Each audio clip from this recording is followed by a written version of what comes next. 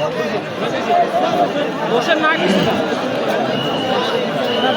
الحمد لله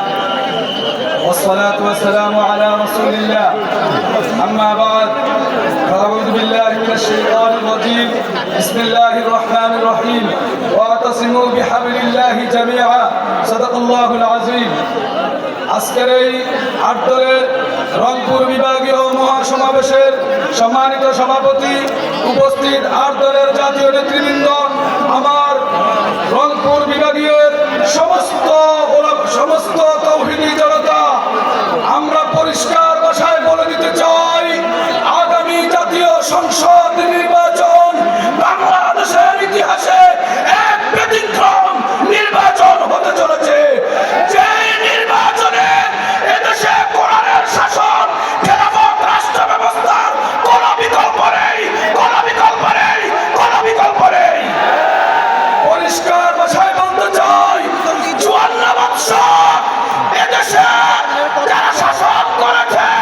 কখনো সবুজ বাংলার নামে, কখনো ডিজিটাল বাংলার নামে, কখনো স্মার্ট বাংলার নামে, আগামীর বাংলাদেশ হবে ইসলামের বাংলাদেশ, খেলাফতের বাংলাদেশ, কোরআনের বাংলাদেশ। কারা এই কোরআনের বাংলাদেশে আগামীর নির্বাচনে কোরআনের পক্ষে, ইসলামের পক্ষে, খেলাফত রাষ্ট্র ব্যবস্থার পক্ষে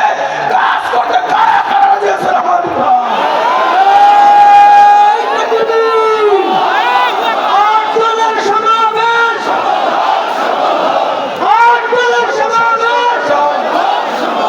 সর্বশেষ বলতে চাই,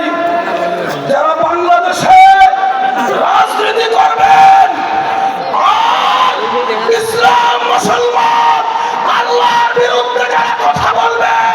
সে আউল বাউলের পক্ষে অবস্থান দিবে, এদেশের জনগণ তাদেরকে আস্থা করে নিক্ষিপ্ত করবে, নিক্ষিপ্ত করবে। এদেশে ইসলামের বিরুদ্ধে অবস্থান যারা নিবে, কোরআনের বিরুদ্ধে, আল্লাহ আল্লাহ রাসূলের বিরুদ্ধে